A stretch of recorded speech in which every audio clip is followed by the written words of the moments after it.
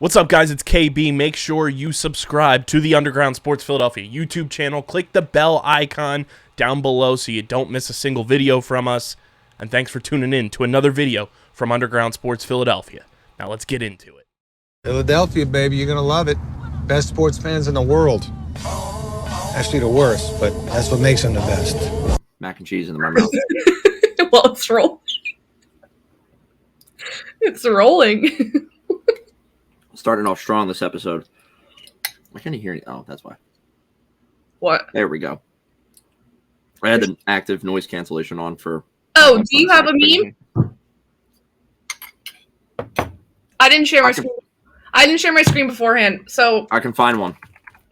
It won't take long because I've seen a couple this past week that I definitely enjoyed. So you go first. okay, hold on, wait. We didn't even say hello. I have two. One's stupid, and then one makes sense. We also didn't say hello. I know. Please We're give just us. ignoring our friends, including all of our new friends on Threads. Hi, if you ever welcome. This is not how we normally start the show. I'm usually not choking down some mac and cheese. Hello, everyone. Now I'm ready. Okay. Welcome back, everyone. As always, I don't know what number episode this is, so please bear with me. We need to start putting it at the top. I know, I don't know, and I have type it in each time, so I don't know why. This is episode 20. Woohoo! Wow, 20 episodes. Holy 20 crap. episodes. Yes, thank you for joining us each and every week. This week, well, as always, we do have a lot of new friends that have followed, so hopefully we have some new listeners this week. So, Yeah. I'll reintroduce ourselves. My name is Casey, and that is my brother, Owen. As Hello. I posted on Threads, we're a sibling duo, so sometimes our sibling banter gets in the... It's just a fun time. So yeah, we're going to get started. Obviously, we start with our meme of the week, weekly news, and then this time we're going to just recap Silverstone, because it was a pretty eventful weekend. I thought Austria was an eventful race, but this one might take the crown. Silverstone was a lot more. I feel like Silverstone was a lot more fun for me to watch, but we'll get into that. Silverstone, in general, like from practice to qualifying to the race, I just felt like in general it was the most like well-rounded race of this whole season so far. So, so we will start with I'm gonna go first with my meme of the week. So Yeah, I have one, but you're good to go. Okay. I have two. This one, I just randomly saw it on Twitter, and it completely took me out. Like, I literally stopped and started cracking up. You're going to understand. Someone, for visual listeners, someone photoshopped Woody into a Mercedes race suit because that's George Russell, and I can't see it. I want someone to choke on mac and cheese. I almost had one go down the wrong pipe. This is good. fantastic. Yeah, it's so good. I didn't even need to see the Woody face. I immediately racked my brain of who would have looked like this, and then when I saw the Mercedes logo on the right shoulder, it instantly clicked in my head. Oh, that is so good. I even like got the eyes. Mm-hmm. That's nightmare fuel. Yeah. So that's someone's got to get a what is it? A side by side. Yeah, I should put side by side, but clearly, obviously, this person doesn't know who made it. I don't know who made it, but whoever did, thank you, because it's the best image I've ever seen in my entire life. That's so good. And then, so my second one, obviously, that was not race related. That's just F1 George Russell related. This race related, I kind of did this last week, but it's part 2. Haunt me in my dreams. So another episode, but it's the fact that now the drivers are aware. This makes me know. Knows. Okay, no, it gets worse. So obviously, if you can't see the picture, it's Max's podcast, new guest, Lando and Lewis. But this was posted on both Twitter and Threads by Lando Norris, because Lando Norris and Oscar Piastri, we'll get into Threads, I have that on the list, they're killing it at the Thread game. McLaren in general is killing it at the Thread game. But the best is now, Lewis re-threaded it or retweeted it, this picture, and Max liked it. So I said, this lets you know that they know about every single inside joke that we think they have no idea. They know. They 100% know. This is like... Because this is now a reoccurring thing. This is the second week that someone photoshopped And I don't know, someone was saying apparently it might be an AI generated image, but it's so good. Like, because Lewis literally looks like he's typing on the computer. Yeah, that looks really good. Like, I won't lie, like, I saw this picture Lando posted on Instagram or Twitter, I think. He posted it everywhere. And I won't lie, I didn't click into it, but I legitimately thought the microphones and everything were real. And I was wondering why they had microphones and headsets on like that in the post-race room. And I was like, it makes no sense. Why do they have that? And I was like, oh, maybe something was going on outside that like they just needed to hear each other. No, this is all photoshopped, and it just makes so much sense. Because Lewis even looks like he could be like their producer sidekick, and like that's Max and Lando's show, because those two are BFFs and they would have a podcast together. It literally looks like Lando and Lewis are like, Max is looking off to the side for like something, but it looks like Lewis just Googled something to like fact find during a show. Yeah. And he's like telling Lando about it. And Lando's like, oh yeah, that makes sense. Like, it's so good. Well, yeah. So that I look forward to these each week, because we all know it's going to be Max sitting normally in the right chair, but this week they both were in the wrong chair. Yeah. And some extra guests. So that was my meme of the week. Very good. Very good. Mine's very easy to explain, so I'm not going to share the screen. But it's just a headline that says Max Verstappen becomes 5th driver to win 6 consecutive races after Ascari, Schumacher, Vettel, and Rosberg. And it's the picture of SpongeBob from the episode where they get all the superpowers. Oh, yeah. It's SpongeBob's like super quick, and he's like, want to see me run over that rock? And he just goes, want to see me do it again? And like nothing happens. It's going to happen again with Max. Oh, yeah. They posted, I think it was his 11th consecutive, or Red Bull's 11th consecutive win of this season. Yeah, I saw. So that was because there's one Checo win. There was a YouTube video that Formula One posted. I actually really quite liked it. It was all driver radio messages after the race ended, and it went through like Max, Lando, Lewis, like what like all engineers said to them, all like race principals said to them, and everything. And Christian Horner gets on the horn and says, like, hey, like that's 11 race wins in a row. Like that's tying McLaren for a record or something like that. Mm-hmm. And I saw another meme that it was I'm trying to think of what it was.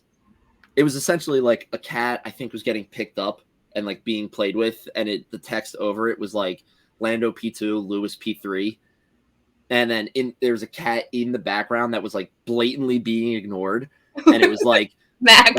Red Bull ties McLaren's record for like 11 straight wins or something like that. And I was like, that's true. Because it's like nobody cares anymore that he's breaking records, because everybody's just like, oh, good, look, other people on the podium.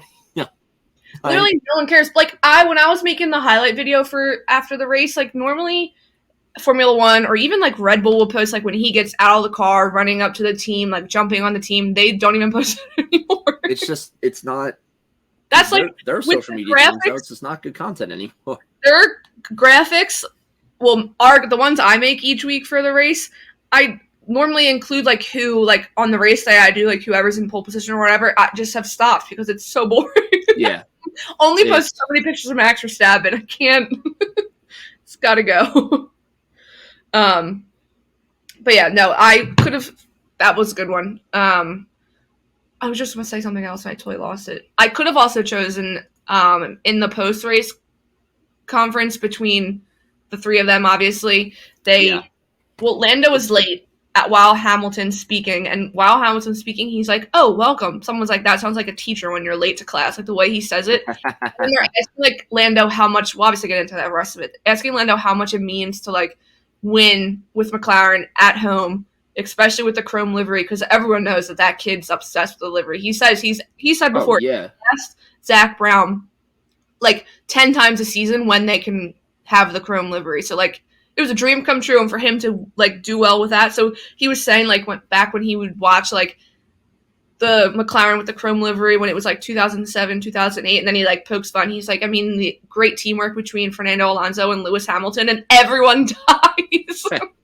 And then Lewis Hamilton goes, wait, how old were you then? And he was like 7. And he was like, oh my God.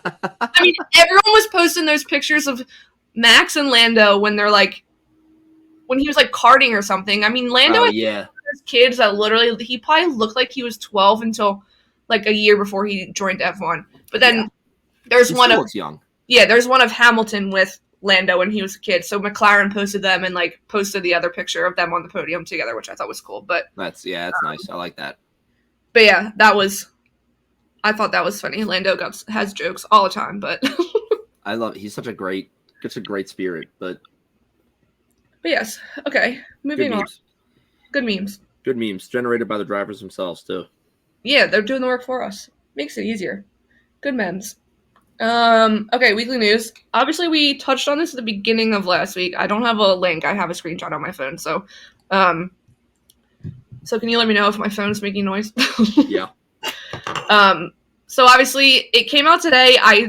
It's obviously everyone. It's speculation. It's rumors. Yeah, I just did a quick Google search because I wanted to make sure I didn't miss anything. There really hasn't been that much like random stuff.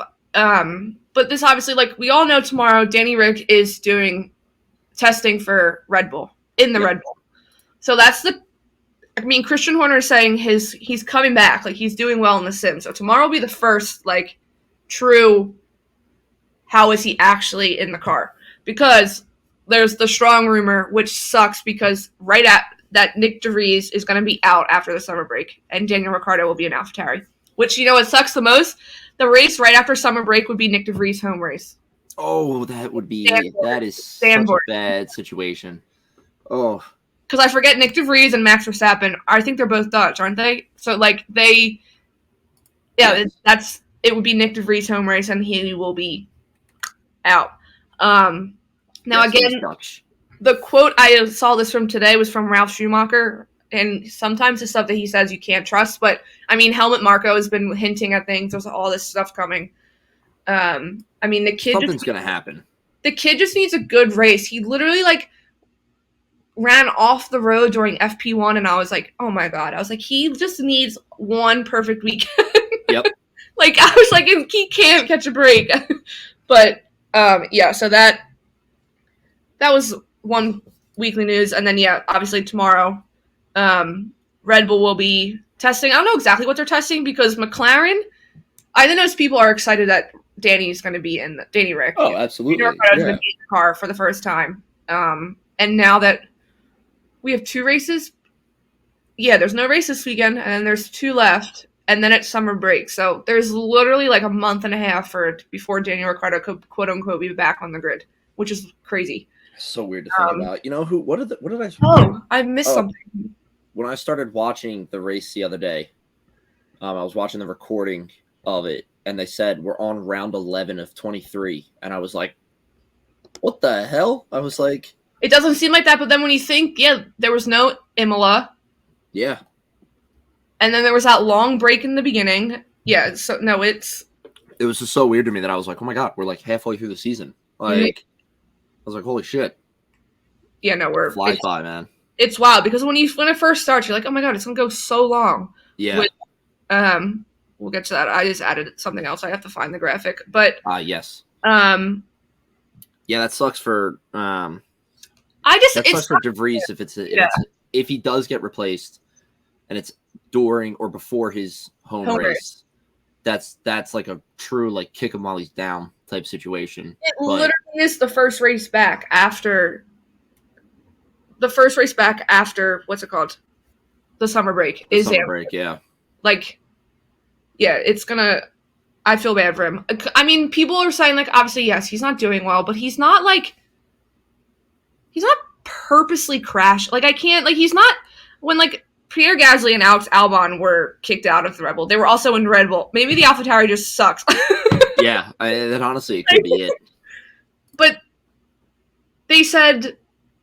I mean, obviously he's not doing well, but he has driven the F1 car before in a race one time last year in Williams, and he was like a fluke in the points finish. Right. When he drove that Williams for Alex Albon. But then, like, there's the thing there, the Formula E car is obviously totally different than the Formula 1 car. Like, you can't judge on... It always felt weird to me that they were bringing him over because he had so much success in Formula E. Like, well, he was with Susie Wolf in Formula E. So that's why he was with Williams and stuff last year. That's why he was with Mercedes all the time last year. It just that makes sense. But still, like, I mean, like we just said, they're two totally radically different cars. Radically different cars. From like the ground up, how they're built, how they're powered, what their design looks like, how they handle, like, all this different stuff. Totally radically different cars. And it's expected that he's struggling. But give him more time. Like, yeah, it's a little wild to me that it's like, all right, we're just on round 11 of the season out of 23, and it's like, hey, we're gonna kick you out now, you know. But I mean, I can't think. Someone tweeted, I can't find it now. I've seen it. Someone posted like, how much each team or something, or each driver is costing their team for like crashes and stuff. Right. And he's not even like up there. You know who is up there? Carlos Sainz. Carlos Sainz. Like, all it is it's so much optics too. Like, people have just like picked Nick DeVries as like the bad driver, and have just kept going at him and at him and at him. And it's like, when you look at the stats, it's like, all right, well, he's not really, but at the same time, he's not performing. So it's like, I mean, it was like Nicholas Latifi. Everyone just automatically labeled him as the worst driver. Yeah. Oh yeah. Go Tiffy. I do miss him. I hope he's doing well. Hope he's living a happy life now. Yeah, but it does make me wonder, like, what Nick DeVries would be like if he stayed with Williams and was racing under Williams, because it was like the atmosphere he knew. We all know Red Bull's toxic. It would definitely be a hell of a lot less pressure. Yeah, unless you're Max Verstappen.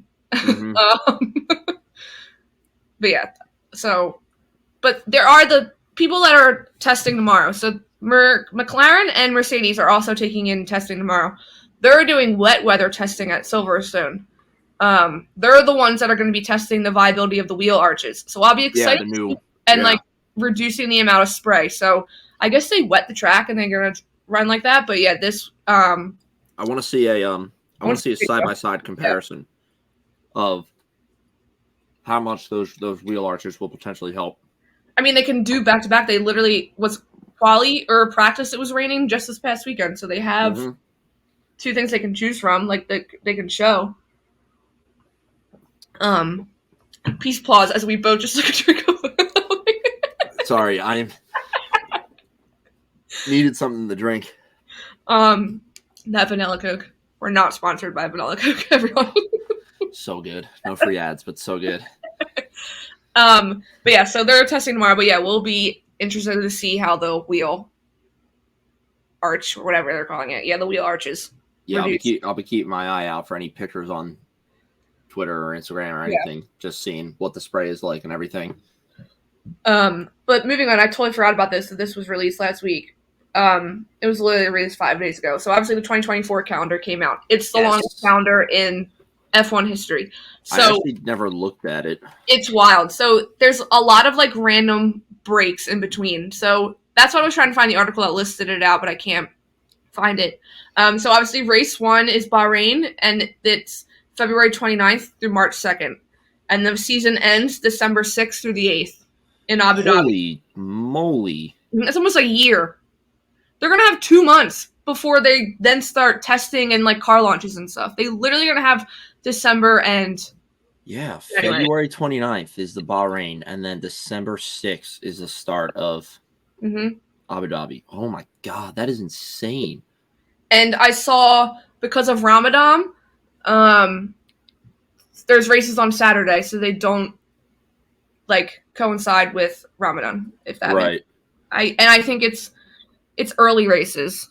I mean, here's a pretty healthy break. You got July 5th and 7th is Silverstone, and then July 19th to 21st is Budapest. That's 2 weeks right there where we don't have a race. And then I'm assuming it's the beginning. They did it like last year. So like Japan, if Japan happens, Suzuka. Oh no, so they moved Suzuka to the spring instead of the fall. Oh, it's the 4th race on the calendar, yeah. So it's the 4th race on the calendar now, but that's April 5th through the 7th, and then the next race is China. That's the one. Is it going to happen or not? It's April 19th through the 21st. Like, so and I think they're calling it the spring break, because those 3 races at the beginning 4 races. I mean, there are like the time zones and stuff are wild. Yeah. Like, do drivers go home in between? Because that's insane to go back and then back and forth. Where is even? How long is the summer break normally? Like a month? Normally it's August. Like the last week, your birthday weekend is the last race, and then it's August. Like the end of August is the next race, or the second to last week of August is the next race. Yeah, July 26th and 28th is Spa, and then August 23rd to 25th is Zandvoort in the Netherlands. Yeah, that's normal. That's a normal break. It just felt really short to me in my head, but and then there's another one between Singapore and Austin. So Singapore is September 20th to the 22nd, and Austin is October 18th to the 20th. So that's a healthy break also. But I mean, they are literally going. Max Verstappen is gonna retire. He's gonna leave.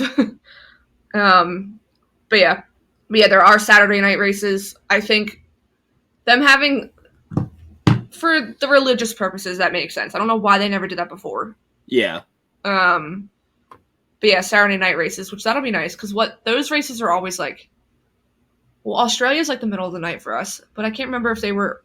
Oh, that just means it'll be earlier in the morning for us. Oh God. Or later.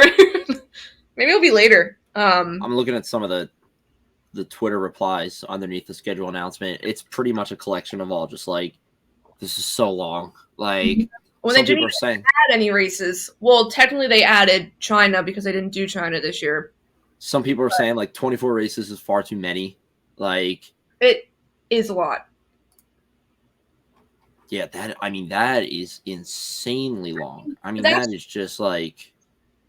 I mean, Carlos Sainz put out his whole how to beat jet lag when it was Australia, so I can't even and they say that's the worst race to travel to, but that's saying on that side of the world for the first. It also still doesn't make sense geographically how they batch some of those races together. Like, I think it was Montreal and Miami, or then Monaco or something. They're literally it's worse than it was. It goes Miami, Imola, Monaco, Montreal. So yeah, you're going. That's not that bad. Miami. It's after Imola, though. Monaco, Montreal. But yeah, then Spain is after Montreal. So they go Monaco, Montreal, Spain. Why are you know? You're just like hopping back and forth across the pond. Yeah. Don't do that. Like, what's it called? Put Miami and Montreal together. I get it if you want to come back later for Austin and Vegas, but yeah, so that'll be, obviously, we're flying through this season, so, and then this last piece of news, there's 2. I could add a third. These all happened today, or this and the next one all happened today. So news came out that Christian Horner invited drivers for a barbecue after qualifying on Saturday. He did? And half the grid showed up. I have questions. I need to know which drivers went. He invited the whole grid. What about team principals and everything? Like, did they go? He didn't say. The quote just says that he had drivers at his house for a barbecue, and immediately they started talking about moments on the track. And then he was asked if all 20 drivers accepted his invitation. He said no, about half the grid. So, like, that's what I can see. Obviously, the Red Bull boys, AlphaTauri boys. Yeah. I can see Lando. I can see Lando and Oscar.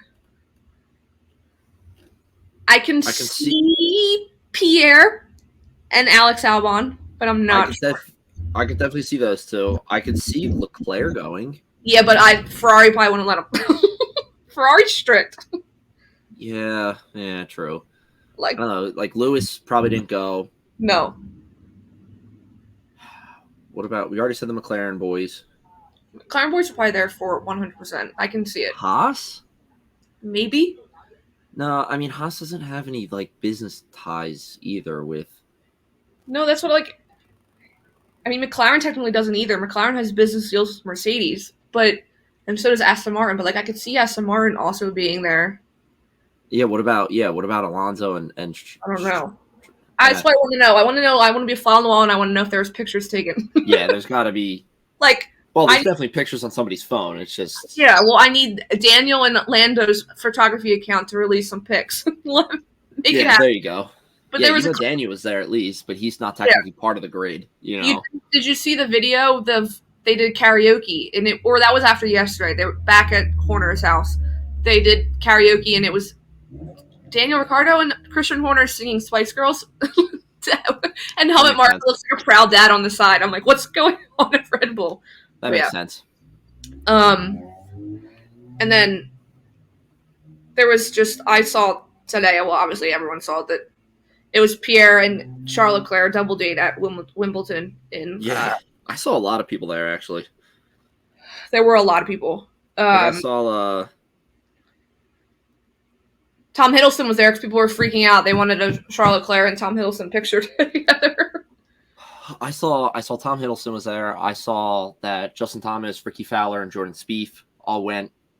Carlos Sainz said, "We'll freak out." Who else did I see there? There was somebody else too.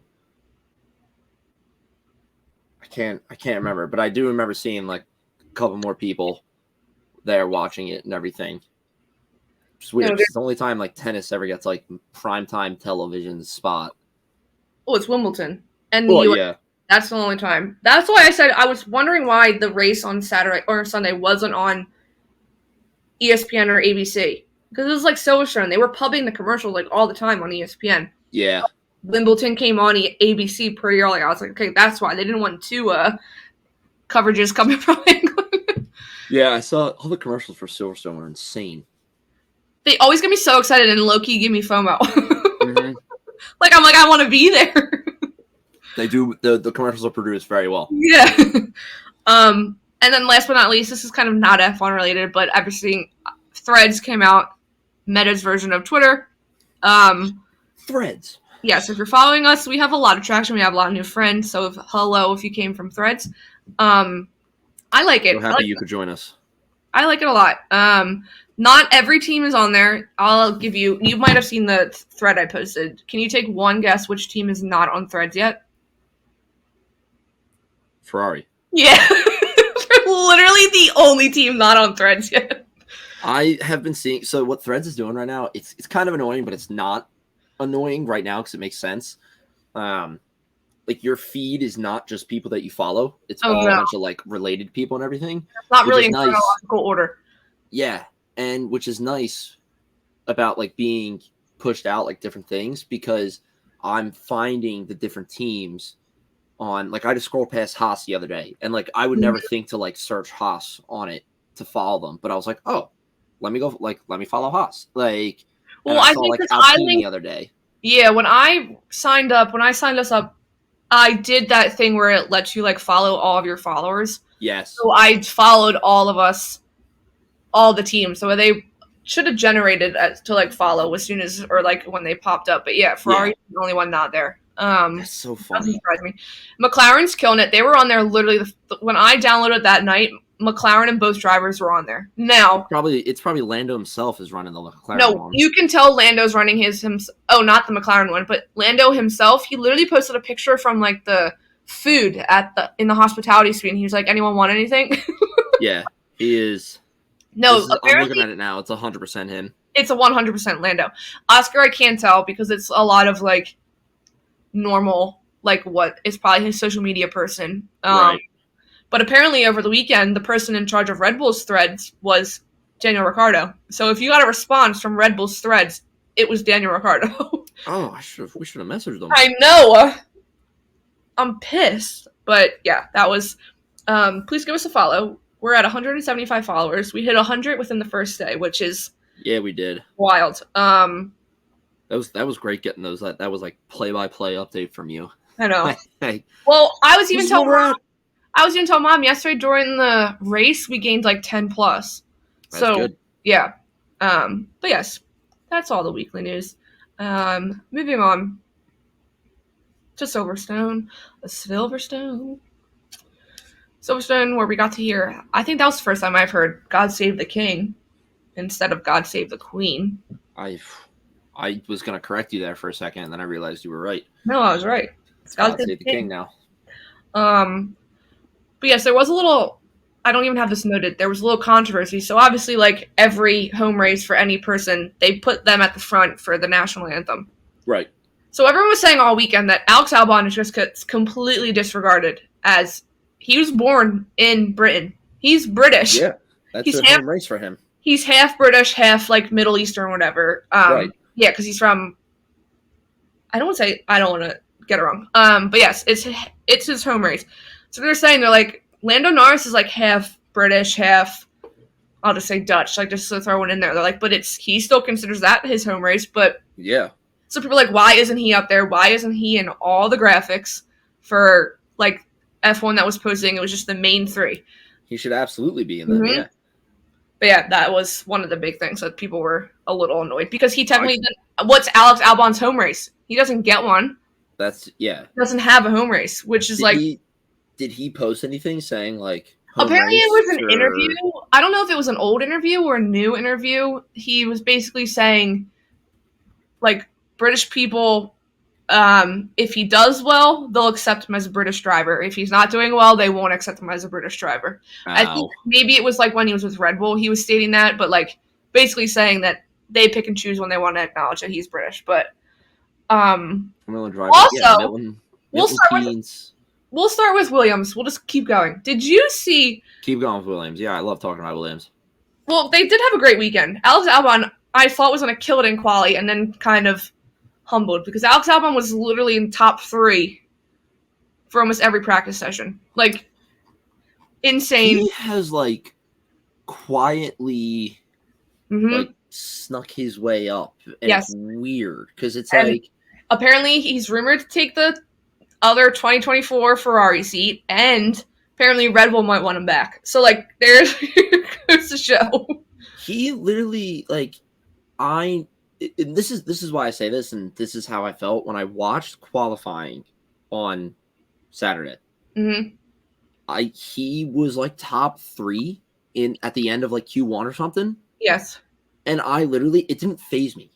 It was just like, oh, okay, yeah, Albon's right there. And it's like, that to me speaks volumes of just like, he's been slowly just like digging and chiseling away. And now he's getting those rewards of like, hey, I'm top 3 in qualifying and everything. Like, yeah, he's not there yet. Like, I forget what he placed in Silverstone. I can't remember.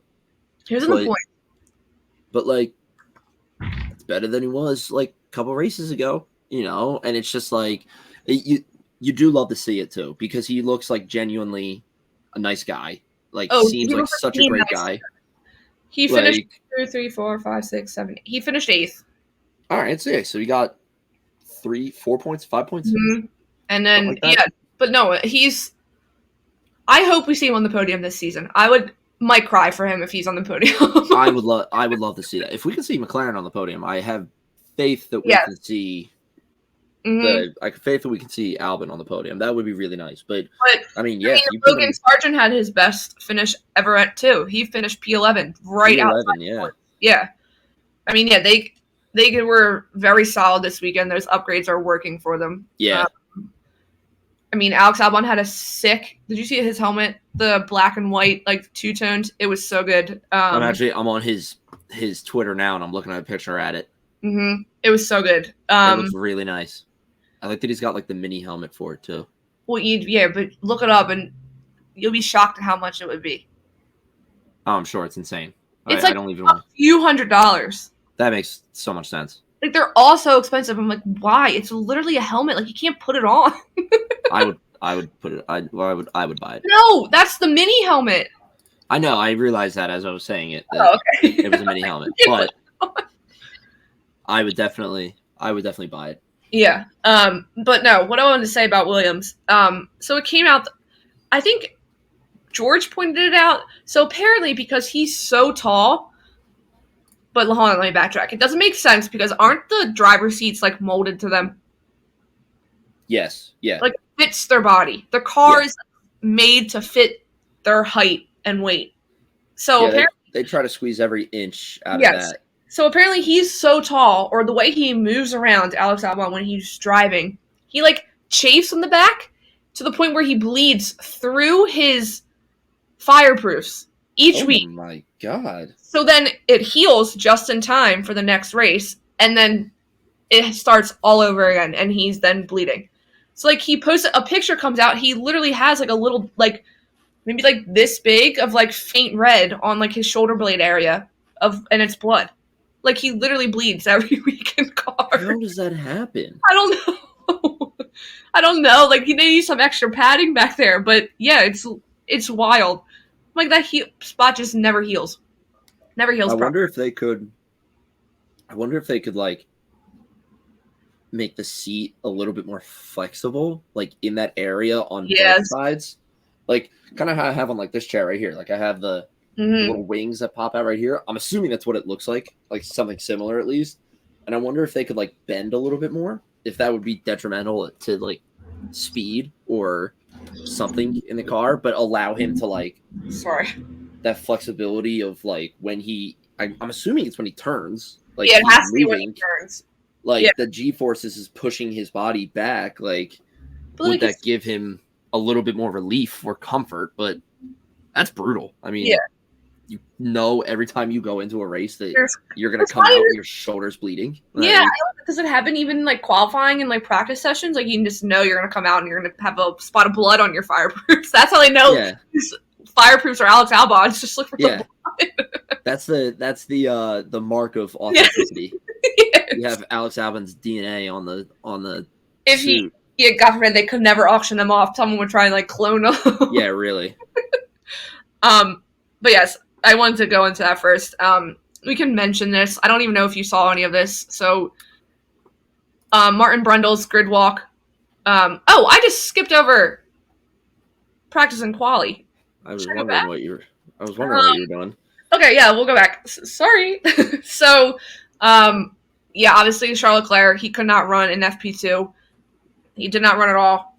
I don't even know if they ever fully came out and said what was wrong with it, but apparently they legit took the whole car apart.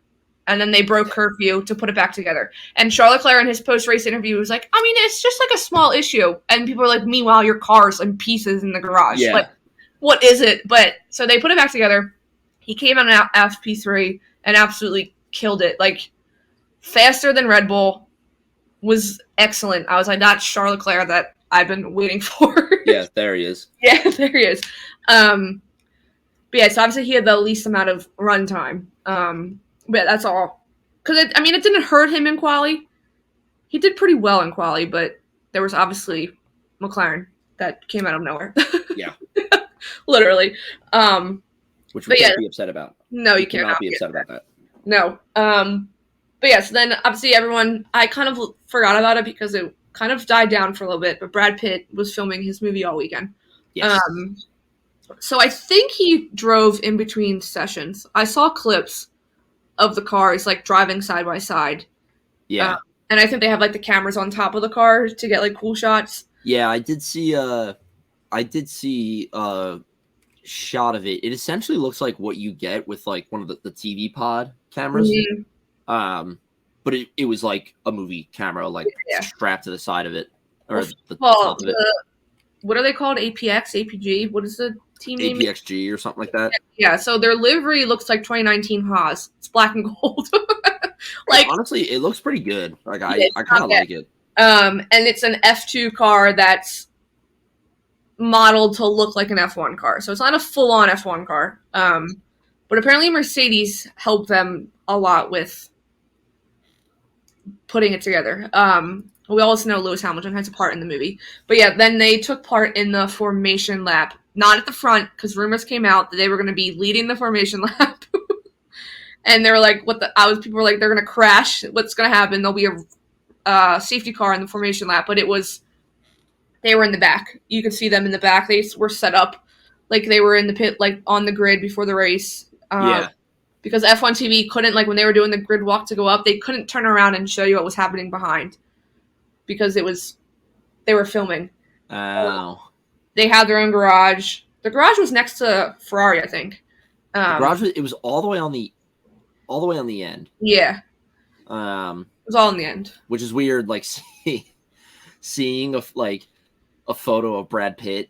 Just like we normally see the garage photos where it's obviously like hands on the hip with the driver, and you're like, you're not a driver. Like, but But yeah, so they didn't cause, I don't think, many issues. There is a clip though, apparently, of them walking to the grid, and Carlos Sainz just walking behind them, and they're legit filming.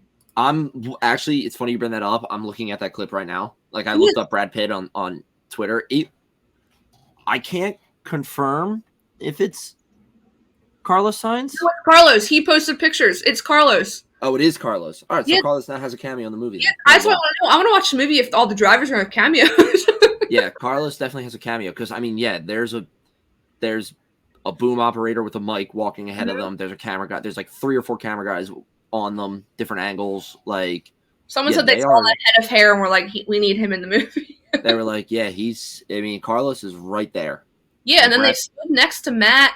Who's Matt? They stood next to Max Verstappen during the national anthem. Yeah, there's a picture of, I'm looking at it right now. Oracle post, Red Bull Racing posted.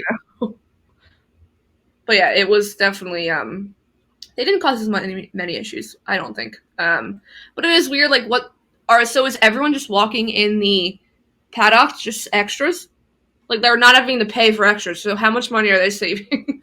No, but that's I guarantee you that's like they're paying the like shooting on scene or like shooting on location like fee.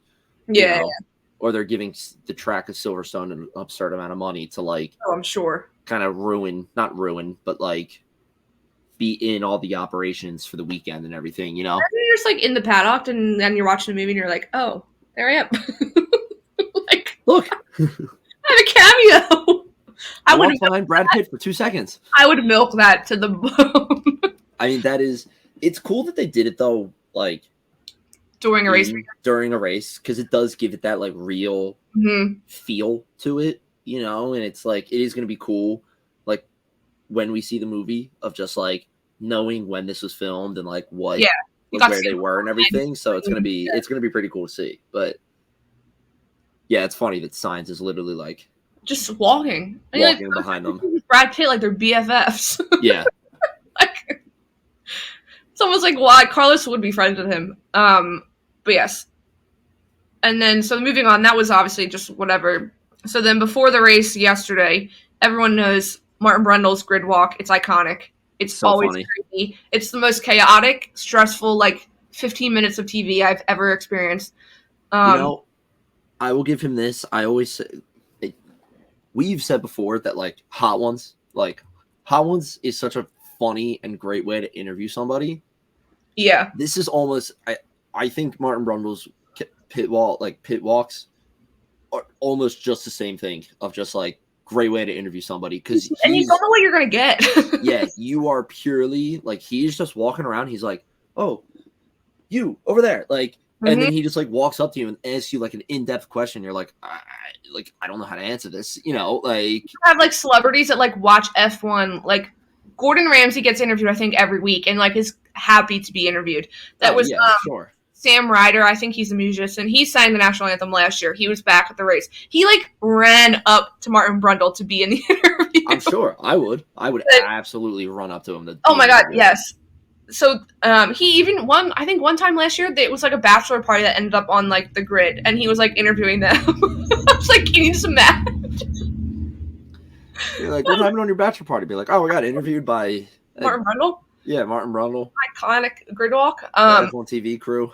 But yes, but it kind of went a little. He always gets some people that don't want to talk or that can be kind of rude. So Cara Delevingne was with Alfa Romeo all weekend. He goes up to her, and she's like, no. I'm sorry, can you hear the sirens? Yeah, I can hear the sirens. I don't know. Should I shut my window? No. Okay, so she was with Alfa Romeo all weekend. So she was on the grid. He tried going up to interview her. She's like, no. And he's like, what? And she's like, no. And he goes, well, it would have been nice maybe anyway, and walked away. So it like blew up right away, like went viral. Apparently, she then comes out after the race saying that she was told by an F1 official to say no. Really? Yes. And then people are like, take her passes away. Like Karun, I'm going to butcher his last name, that's on F1 TV or Sky TV, was like, maybe like give passes to like kids that would deserve it more and stuff. People are like, if she was told no, the communication should have been sent to Martin Brundle to not interview her, and then we wouldn't have had this awkward yeah, that if that is true, that's going about it in such the wrong way. Like, yeah, it should have been like memo should have been sent to Brundle, been like, hey, if you see this person on the grid, like don't talk to her. Like, well, apparently people have said before, that Tony girl I follow, that I sent you her profile, she posts a lot of stuff. She was talking about it a lot today. But apparently it's been mentioned before, I guess, to FIA officials or F1, that the celebrities on the paddock should have different color badges. Once for if they want to be interviewed and once for if they don't want to be interviewed. Because that's then a genius idea. Martin can look and be like, okay, no, I'm not going to go up to them and create then a laughable bit that's going to like go viral in 2 seconds. Yeah, I 100% agree with that. He should be able to look at somebody and in a glimpse. No, like I can interview them, I can't interview them. Especially because his whole segment is just walking the pits and being like, who can I grab? Like, he did say that out of all the drivers, he would want to get a beer with Max because he's honest and brutal. That would be hilarious. That would be so good. That would be very funny. But yeah, that was the chaoticness of his grid walk. Oh, Martin. Yeah, we kind of already talked about one team. We'll go back through a few. I'll talk about McLaren. We'll talk about McLaren last because I feel like we just have to. Yeah. Okay. Absolutely. Let's start with my favorites. Ferrari, disaster class of a weekend on strategy once again. They put Leclerc on the hards, and then he struggled. And they were the only team to struggle because they put Lando got put on the hards and was totally fine. Yeah, I was watching. So I watched up to lap 34, and then I had the stops, and then I watched the highlights today. Mm-hmm. And one of the things in the highlights, the commentators were talking about, like, Lando was doing really, really well on the hards. But that is something we'll go into. But it's just in stark contrast to how bad Charles did on the hards. Yeah. Like, and then he went in, and I think he wanted to call for sauce, so they put him on the mediums. I mean, and then Leclerc came over the radio saying, guys, I think we pitted too early. Yeah. And then, he was struggling. They looked, literally people were saying after Austria, they took 1 step forward and like 5 steps back. Like that was just as bad as the race as a few weeks ago. Like it was awful. Yeah, that's pretty, pretty bad. And then Sainz, they also put him on the hards, I think.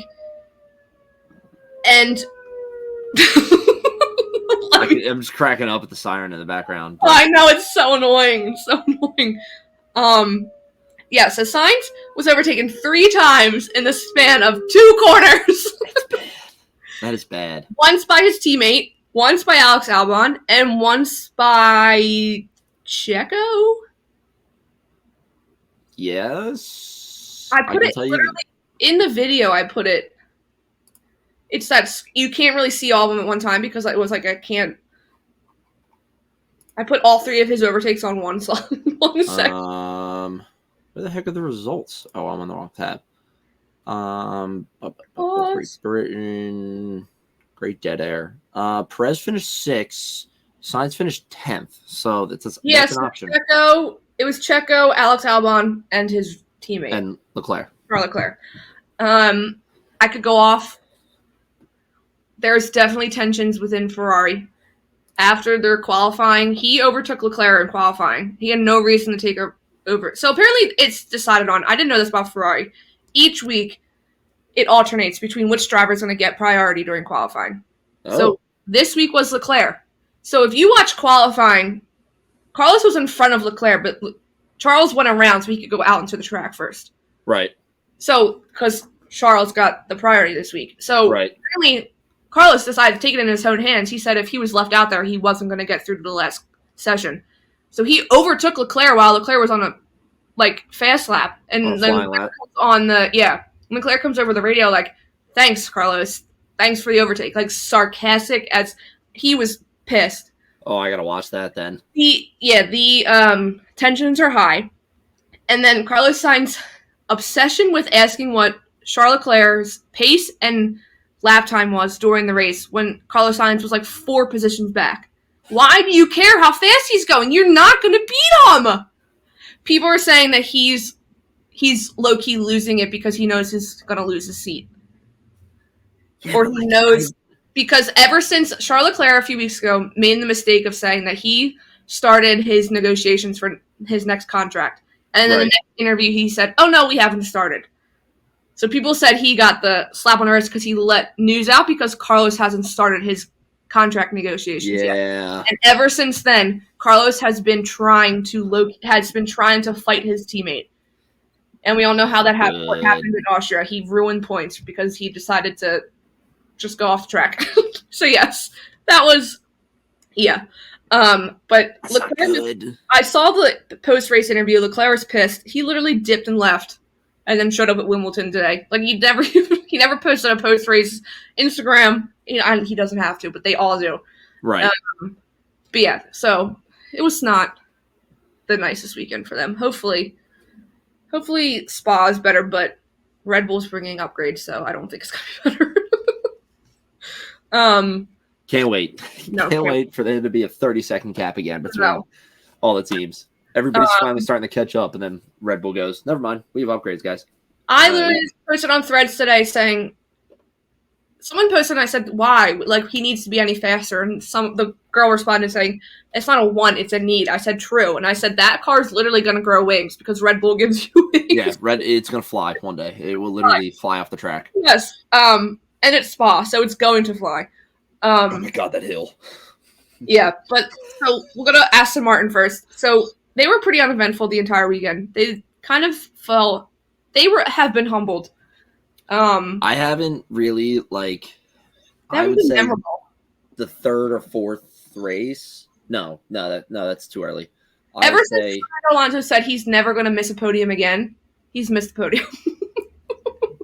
Yes, that is a spot on. That is 100% it. Ever since he said, "Don't worry, I'm never missing a podium again," he has not been on podium. No, he's not, and he's been kind of in the shadows. He has not been in the spotlight at all. Yeah. Yeah, they've really died off, and I'm a little upset about it just because the hype was so big.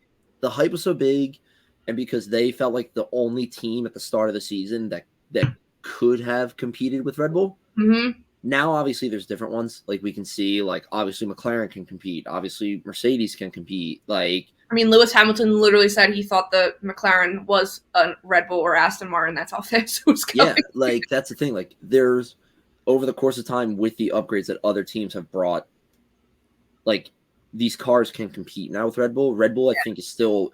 They're not going to be touched. They're not going to be touched, but at least it's going to be, a 5-second gap. A much closer gap. And, we'll see Lando Norris leading the Grand Prix for, 5 laps. Or we'll see...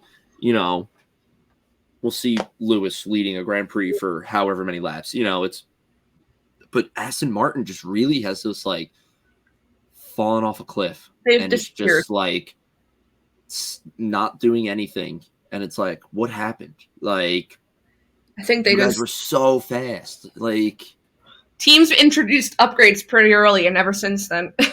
Yeah, But when was his last podium? Monaco? Was he on the podium in Monaco with Max and Esteban Ocon? Was he second? The last time he was on podium was Canada. Oh, I was wrong. What the hell was that? 2 races ago. I don't know. Something fell upstairs. He was third. No, he was second in Canada. My bad. It was Verstappen, Alonso, Hamilton. Oh yeah. And that was podium. Or maybe not, because he missed podium in Spain. Yeah, maybe that's where he said it, oh, don't worry, I'll never miss podium again. But then he had got the podium and then hasn't been on podium since. Yeah, okay. But yeah, and then the other driver on the team, the father's child. Yeah. He's speaking of awful drivers, he needs to be put in the conversation with Nick DeVries. He's bad. He's so bad. So he's very bad. He ended up getting a 5-second penalty and then 2 penalty points because he forced Gasly off the track, and then that ended up causing Gasly to retire from the race. But he now sits at 7 penalty points, and there's only so many you can get before you're disqualified from a certain amount of races. So yeah, Oh my God, yeah. That was. I shared Mark's article today, and I said, who's going to have the most podium points at the end of the season, Gasly or Stroll? Because Pierre Gasly still has penalty points from last season that are carried over because they last for 12 months. Oh, yeah. That. Yeah, so like this time next year, his 2 from this weekend will go away. Well, yeah.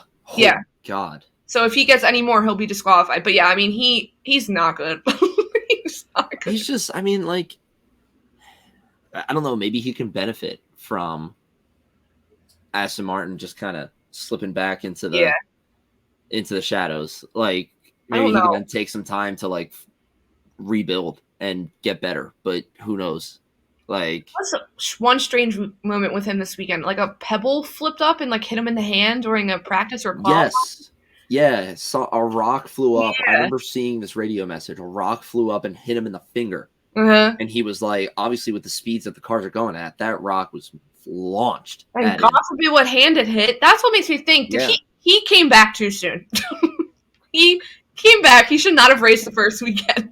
He may have, yeah. But last it might be. What finger on one hand did that rock hit? Because that hand probably already hurts to begin with. Yeah, really. I mean, that had to feel like a bullet, like just hitting you. Like, yeah, that had to have. That had to have hurt. I mean, he didn't go in. He just he stayed out. But yeah, his radio message was kind of funny. I remember seeing that message. Yeah, but nothing really I've seen memorable with them. I don't have them on here, but we can talk about it. Haas. Who went out?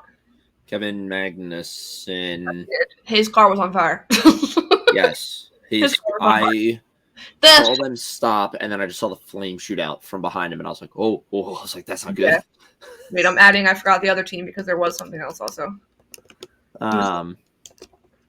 Mayo? Yeah, they didn't really do much. Their past couple races where they've done really well in qualifying and everything is kind of fluttered away. Hulkenberg even wasn't that memorable in the qualifying this race, I don't think. Yeah, he didn't do much. Maybe he got overshadowed by the McLarens. But yeah, K-Mag didn't finish. Didn't one of them go out in a practice session? I can't remember. I think they did because then also that's when Valtteri Bottas went out. Because I was like, oh my God, the Ferrari-powered engines are not reliable this weekend. But then it came out that...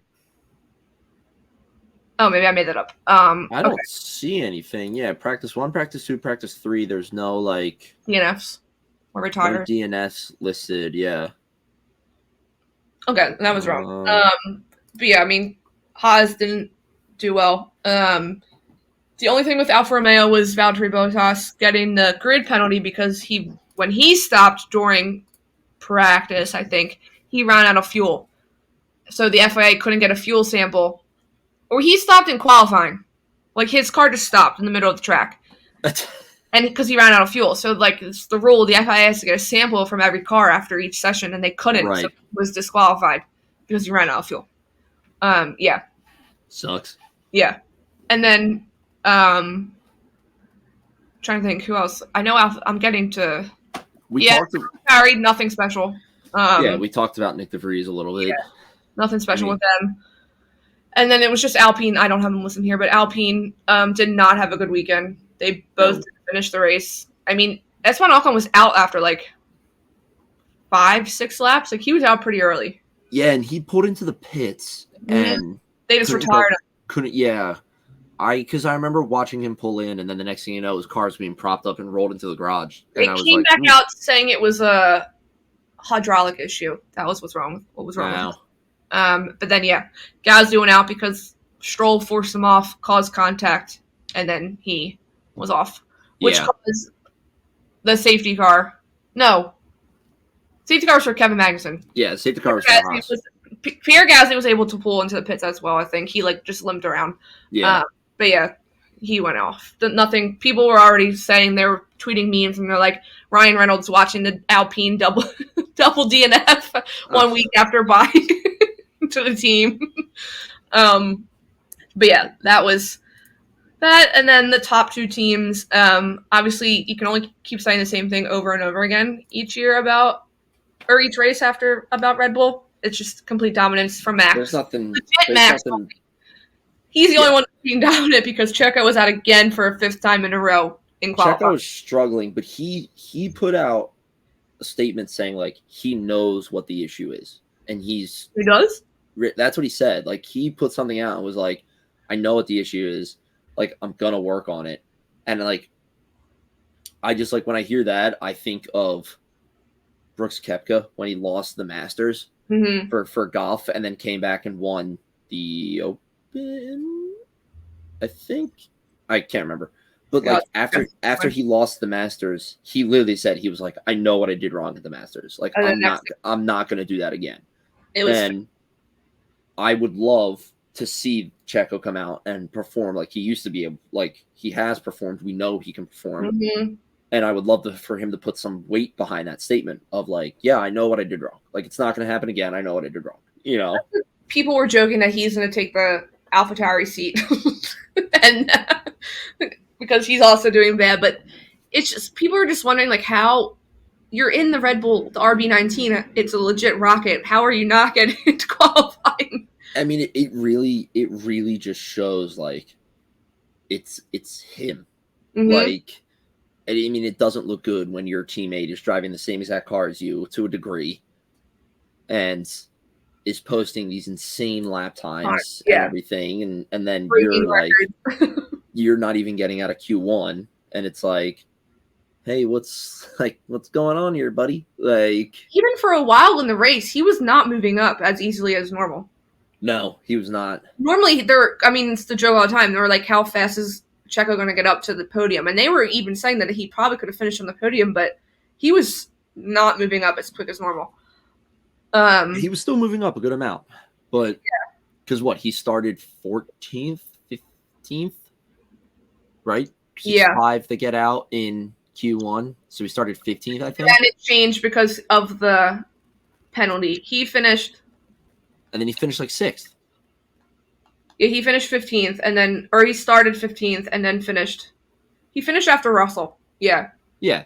So, like, he's definitely still moving up, but I agree. He could have made podium. Like. It's something in qualifying. I feel like he's a mental block now in qualifying because it's happened 5 times in a row. I mean, it might be. It's ever since Monaco, right? That he crashed, or he didn't crash, but ever since Monaco, he's gotten out. He's not. He's got the yips. Yeah, he's got the yips. Don't say that word. Yeah. Ted Lasso. Wait, something funny. So, like the fan forum thing at the race. Not apparently. I saw the video. Christian Horner said because Checo's wife is pregnant again. She had a baby last year, and she's pregnant again, and it's like her 4th kid or something. And he literally said, when Checo's not in the car, he's making babies in front of a live audience. Holy moly. Christian Horner, this is a family show. I was like, oh my God, Christian Horner. Are you actually annoyed with Checo Perez and just taking out your anger on him? Or hey, that might be it. That might be his way of taking it out on him, yeah. Are you hinting that his priorities are not, what's the word I'm looking for? In line. Yeah, thank you. But I did see today, and I thought this was good. It's this other F1 podcast that I follow called Fan Pod. Wait, what is it? Yeah, Fan Behavior. It's an F1 podcast. It's 2 girls. She posted, Zoe, the one host, she posted a video that we already have 6 different teams that have been on the podium this season. Last season there was 4, and that was because McLaren, Lando Norris ended up on the podium in Imola. Every other race it was Ferrari, Red Bull, and Mercedes. This season, we already have 6 between Ferrari, Red Bull, Mercedes, Alpine, Aston Martin, and McLaren. Like, it's hard to think because Red Bull's dominating so much, but there's been a healthy balance. There's been a healthy mix, yeah. So I like that. That was interesting to throw in, yeah. It's a good little detail. Yeah. But then moving on to the team Owen's been wanting to talk about. Yes. To McLaren. That was the McLaren of old. you can't not be happy. I know, and Zach Brown was there. Yeah. You can't not be happy for both of them. Oh, no, I know. And I mean, I literally, like, when he gets, first of all, if you watch the start when you're watching it from Lando's view. Oh, is okay. Insane, because it's like you see the lights go out and you see both cars start moving, and it's just like it's almost like you can just like feel how much the Red Bull is struggling to get moving and get grip, and it's just like the McLaren is just like nope, and is flying, and I was like, oh my god. The race when they lined back up at the formation lap, Crofty was like, Lando is full on. Yeah. Like, they were like, it's noticeable how much he is aimed at Max Verstappen. He wanted to cut him off, and he did. And you know who almost cut off Max Verstappen? Oscar Piastri. They were real. That's the thing, and it's like I loved when Lando did pull ahead, and it was clear that he was winning after the start. Like how loud. Oh my god, that chills. We're not Brits. Clearly, we're Americans. But literally, I was like, I'm proud to. It was so cool to watch, to see him do that, and it's just like, again, like you just can't like not like you have to be happy for him, because it's like, yes, we don't run in like F1 circles like daily. You know, it's not like our entire lives are consumed by this, and we don't talk to everybody about F1. But like, I have never heard a single bad thing said about Lando Norris ever. No. And it's like, it's always like, he's such a nice guy. He's so much fun. You know, he's so like respectable, like all this stuff. And it's just like seeing him get P2, and even seeing Oscar get P4. That stupid safety car robbed him of that. Yeah. It is huge for that team. And it just like, it's so nice to see.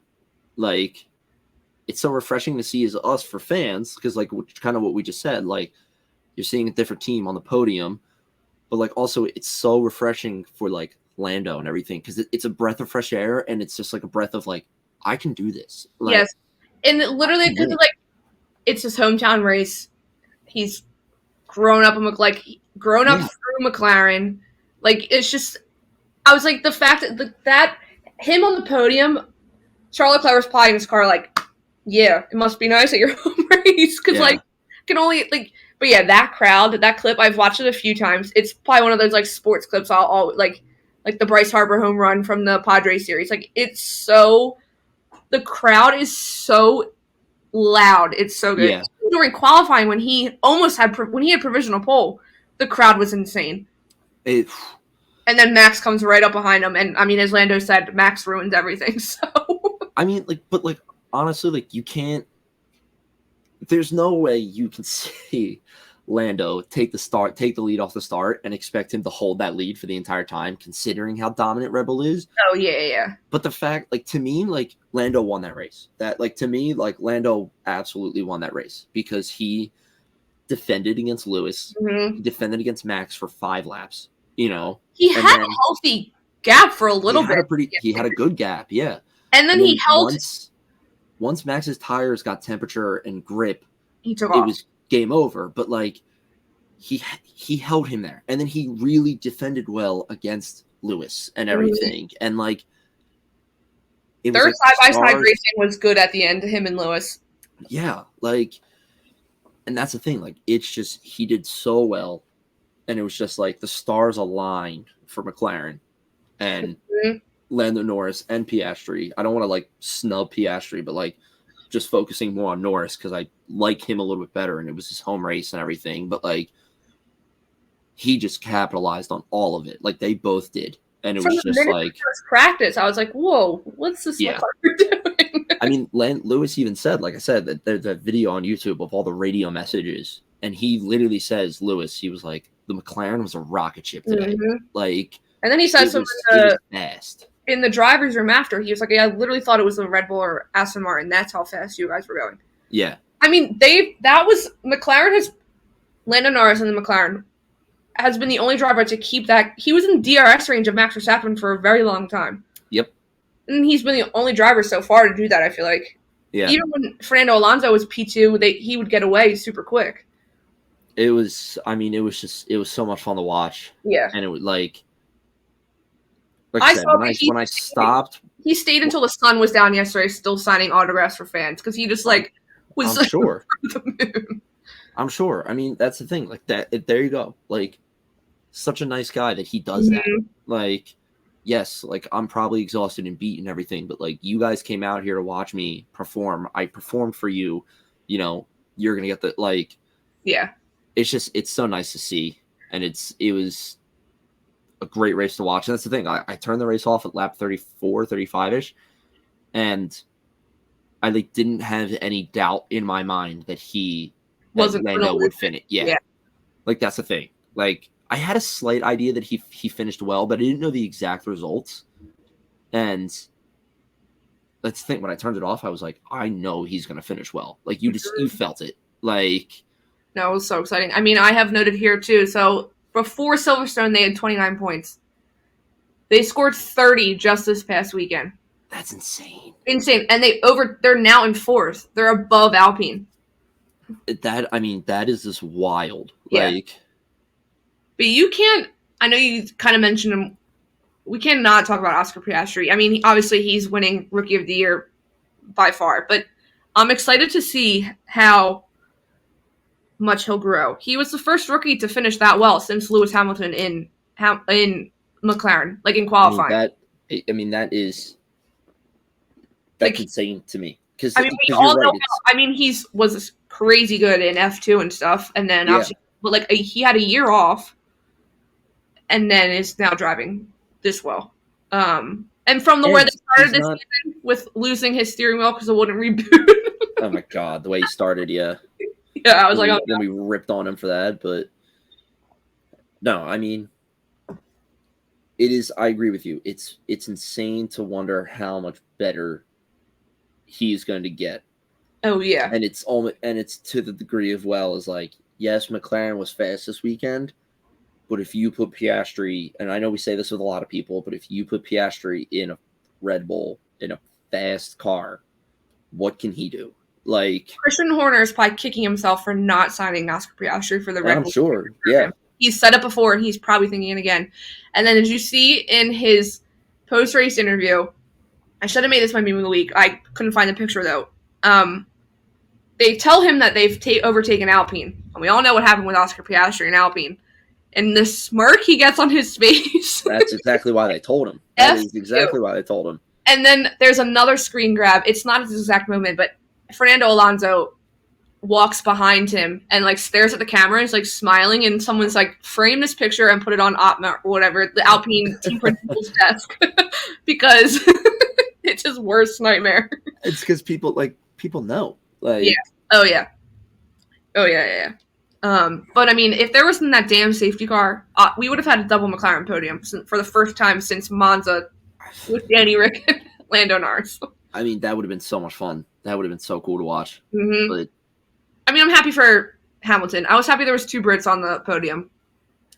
Yeah, I mean, as an overall for the British Grand Prix, having Lewis in 3rd, mm-hmm. Lando in 2nd, Russell in what? 4th. 4th? Yeah, 4th. No, Piastri got 4th. 5th? Oh yeah, 5th. 5th for Russell. And then Perez. Yeah.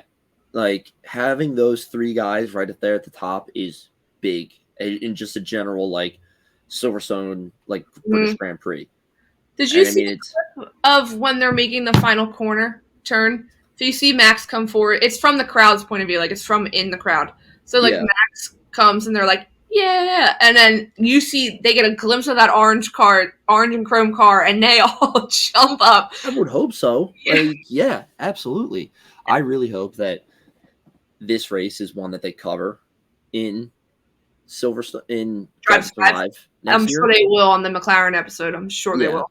I'm really hoping that it's either a McLaren episode or it talks about just Silverstone in general and how well Mercedes and McLaren performed. Like, no, Mercedes didn't have that great of a weekend.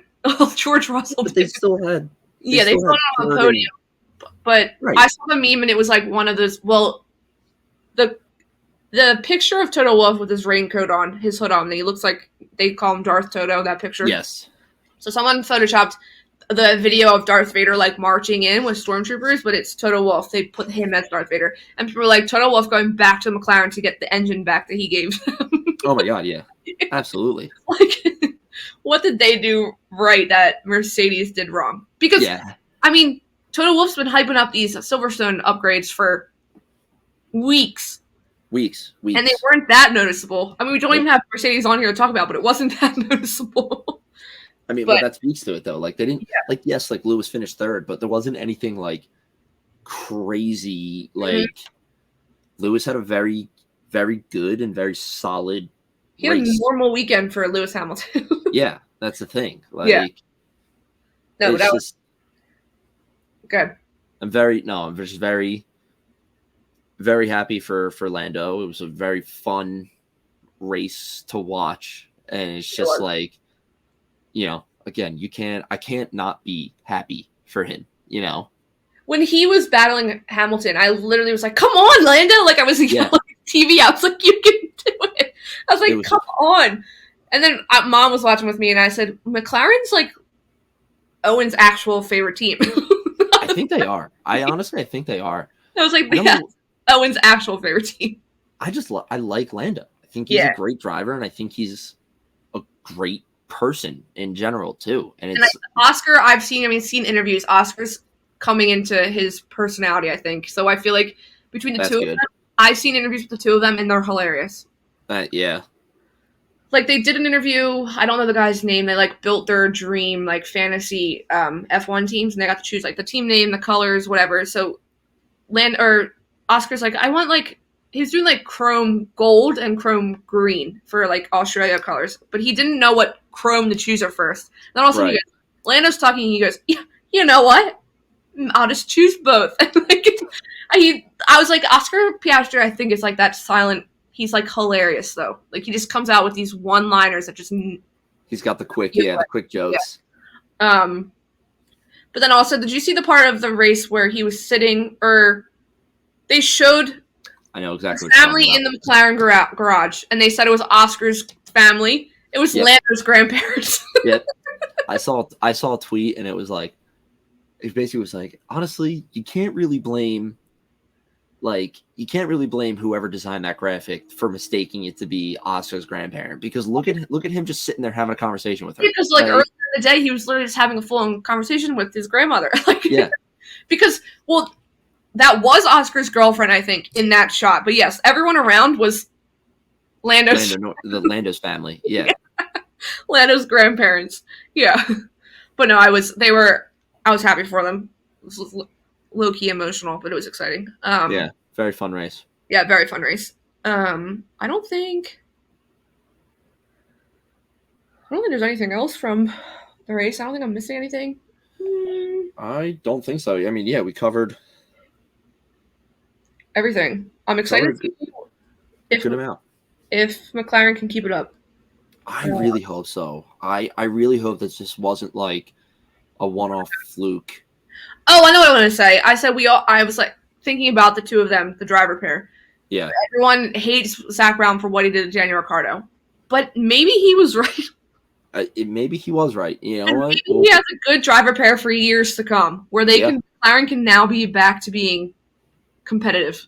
If McLaren, like I said, if this just isn't a one-off, and McLaren can start performing this way, Zach Brown is set up with two very good, very young drivers that he can for a very long lock in for a very good chunk of time. Yeah, I mean that's the thing. Like we all keep saying maybe a Ferrari will then figure it out and be back to being a title competitor, but maybe it'll be like 4 teams fighting for the title. I mean that would be intense. Bring it on, please. Would love to see that. No, I would love to see it too. But yeah, I don't think anything else. Because obviously there's no race this weekend. No. Next weekend is, not